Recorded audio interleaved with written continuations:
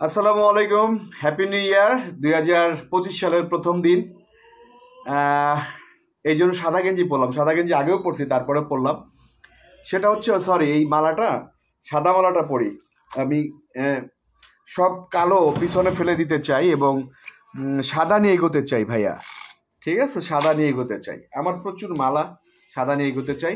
এবং যদি কেউ জিজ্ঞেস করে 2024-এ আপনার সেরা প্রাপ্তি কি, আমি বলবো যে 2024-এ আমার অনেক কিছু শিক্ষা হয়েছে। কারণ কিছু লোককে আমি খুব বেশি রেসপেক্ট করতাম, বাবার মতো করতাম। কিছু ছেলেকে, মানে কয়েকজন ছেলেকে আমি স্নেহের দৃষ্টিতে, মানে আমি কখনো কোনো বাজ বিচার করতাম না, এদের ভয়ঙ্কর রকমের ভালোবাসতাম। এই জন্য আমি হয়তো অনেক সামর্থ্য নাই তাদের জন্য কিছু করার করার চেষ্টা করছি, কিন্তু আমি ভুলে গেছিলাম যে ওই যাদের খুব রেসপেক্ট করতেছি ওরা আমাকে ন্যূনতম কিছু দেয় নাই বা ন্যূনতম কিছু করার চেষ্টা করে নাই। আবার এটা ভুলে গেছিলাম কিছু ছোট ভাই যাদের আমি কলেজে কেটে খাওয়ানোর চেষ্টা করছি, কিন্তু তারা আমার জন্য ন্যূনতম কিছু করে নাই।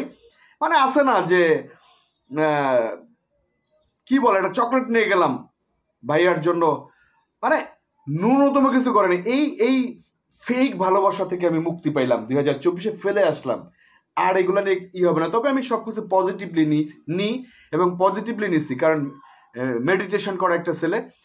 সব ভুলে গেছি আমি, অতীত গতকালকের পরের থেকে আমি ওই ব্যাপারটা নিয়ে আর ভাববো না।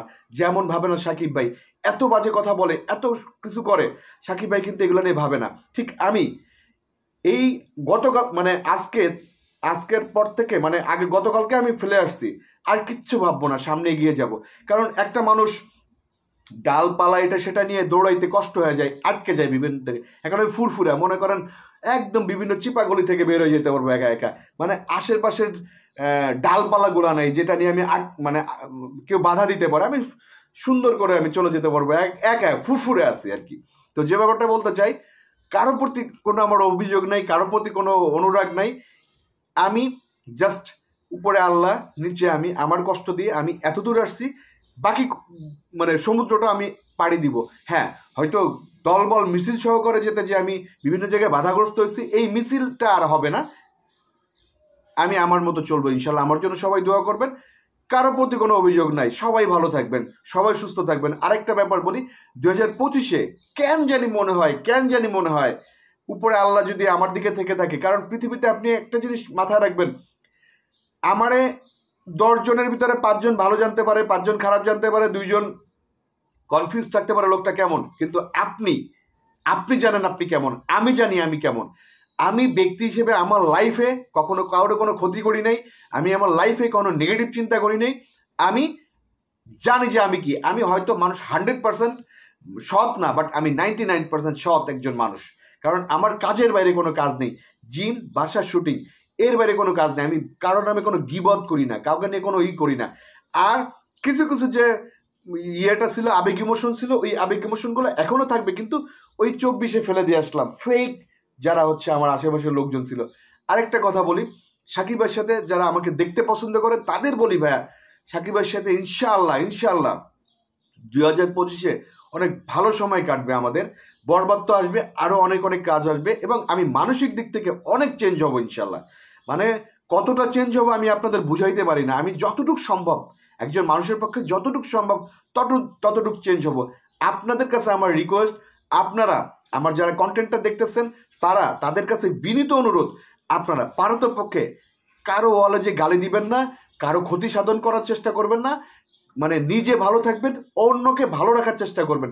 যদি আমার এই কথাটা হয়তো সবাই শুনবে না, বাট যদি কিছু লোক শুনে থাকে, মানে এটা আমি শান্তি পাবো যে অ্যাটলিস্ট আমার কন্টেন্টটা যারা দেখবেন তারা কারো ক্ষতি করার চেষ্টা করবেন, নিজে ভালো থাকার চেষ্টা করবেন, কাজে থাকার চেষ্টা করবেন।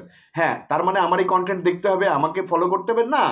আপনি আপনার পরিবারকে ভালোবাসবেন, আপনি আপনার নিজেকে ভালোবাসবেন, তাহলে আপনি ভালো থাকবেন। আমার জন্য দোয়া করবেন। এবং 2024 ফেলে আসলাম, 2025 ইনশাল্লাহ আল্লাহ যেন আমাকে সুস্থ রাখে, সুন্দর রাখে, সমস্ত দিক থেকে ভালো রাখে, এবং ভালো ভালো কাজ যেন আপনাদের উপহার দিতে পারি। এবং আমাকে যারা মন থেকে পছন্দ করে, যেমন আজকে আমার একটা ছোট ভাই মঈন, ওর সাথে আমি হয়তো দীর্ঘ বছর পর 1 ঘন্টা কথা বললাম। কারণ ওকে আমার মনে হয়েছে একটা ম্যাচুরিটি আসছে ওর ভিতরে।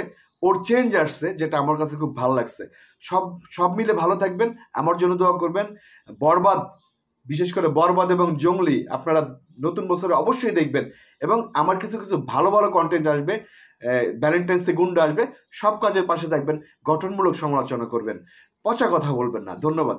আমার জন্য দোয়া করবেন, আপনাদের জন্য অনেক অনেক শুভকামনা। Happy new year 2025। Thank you. আসসালামু আলাইকুম।